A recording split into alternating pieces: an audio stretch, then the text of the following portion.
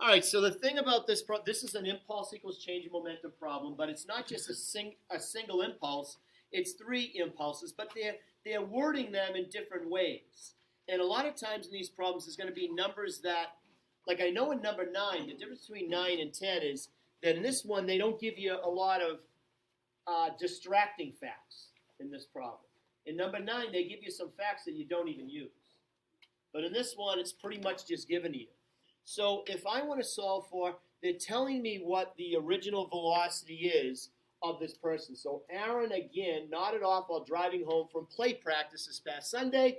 His 1,500 kilogram car hit a series of guardrails while moving at 19.8 meters per second. The first guardrail delivered a resistive impulse. Now, resistive, when they say resistive, that means that it's going to be causing it to slow down. So as far as an impulse, that's going to be a negative impulse.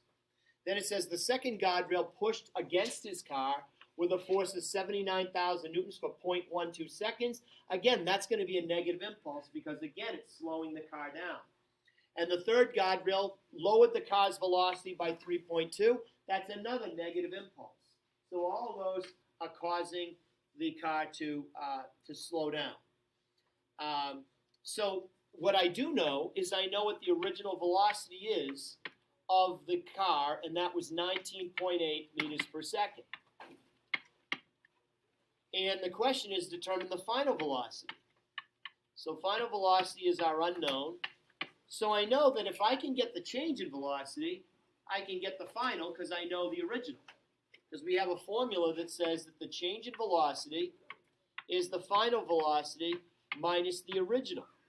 So if I can get this, and I know that, I can get the final velocity. In fact, let me do the rearrangement right now so we know where we're going. The final velocity is going to be the original velocity plus the change in velocity. Let's see if I just move this to the other side, I get the final velocity equals the original velocity plus that. So I just need to get the delta V. So I'm going to get it from the impulse, because impulse equals change in momentum. So my impulse is going to be the first guardrail delivered a resistive impulse of 5,700 newton seconds. So they're just telling me what the first impulse is. I don't have to do any calculation. It's just 5,700 newton seconds. And it's negative because it's slowing it down. The second one, a resistive force of 79,000 newtons acts for 0.12 seconds. Well, impulse also equals force of impact times time of impact, and they're giving me the force and the time. So they're giving me those two numbers. So that impulse is going to be negative 79,000 newtons times 0.12 seconds. And again, it's negative, it's slowing it down. And the last one, the third guardrail lowered the car's velocity by 3.2 meters per second. What I could do is I could treat that separate as a change in velocity, but I might as well just get a total change in velocity. So, like I could figure this impulse out now and figure out the change just based on these two, and then add on, or actually subtract 3.2 from that number to get the change. But I'm just going to add that in as a third impulse. So the third impulse is going to be impulse equals change in momentum. And I know what the change in velocity is. So I'm going to get the impulse from the change in momentum of the third guardrail. So that's going to equal the car's mass, 1,500 kilograms, times, I'm going to have to move this over a little bit so I can fit this all in, times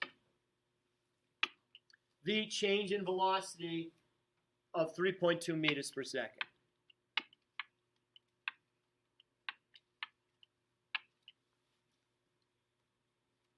All right? And if you solve that, if you add those all up, what do you get? What do you get if you add those all up? Now, this is a homework problem, so I would hope somebody would have the answer for this.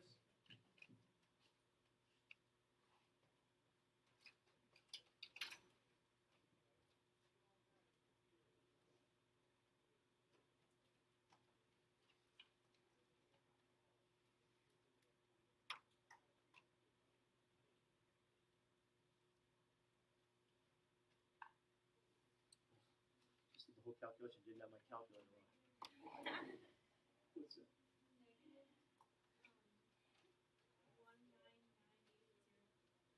Negative 19980. So negative 19,900. And now I can either write this as Newton seconds or kilogram meters per second, because both of those are the same units. I'm going to write it as kilogram meters per second. And the reason why I'm writing it that way is because I know that impulse equals change in momentum, and if I divide by the mass, I'll actually get my units in meters per second. So knowing the impulse, I know impulse equals change in momentum. It also equals ft, but that's what I need. I want the change in velocity.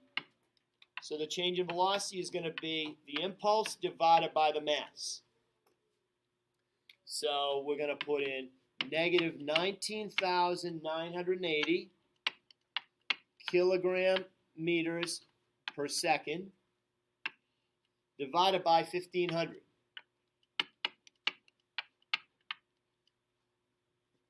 And if you solve that, what is that change in velocity? The three significant digits. Negative 13.32, so negative 13.3 meters per second. That's my change in velocity. Well, I've got the original and I have the change. So I can come over here and just plug them into this equation to get the final velocity, because that's what we're looking for. Determine the final velocity of the car. So the final velocity is going to equal the original velocity, which was 19.8 meters per second, plus the change. And the change is negative. So it's going to be minus 13.3 meters per second. And that looks like 6.5. 6.5 meters per second based on the numbers that I have there. And I think the answer I gave you was about 6.48. So somehow I rounded numbers off differently, went to more detail to get 6.48, but maybe I use the 13.3 something and the 19.8 something or 7.9. So to two significant digits, that's your answer.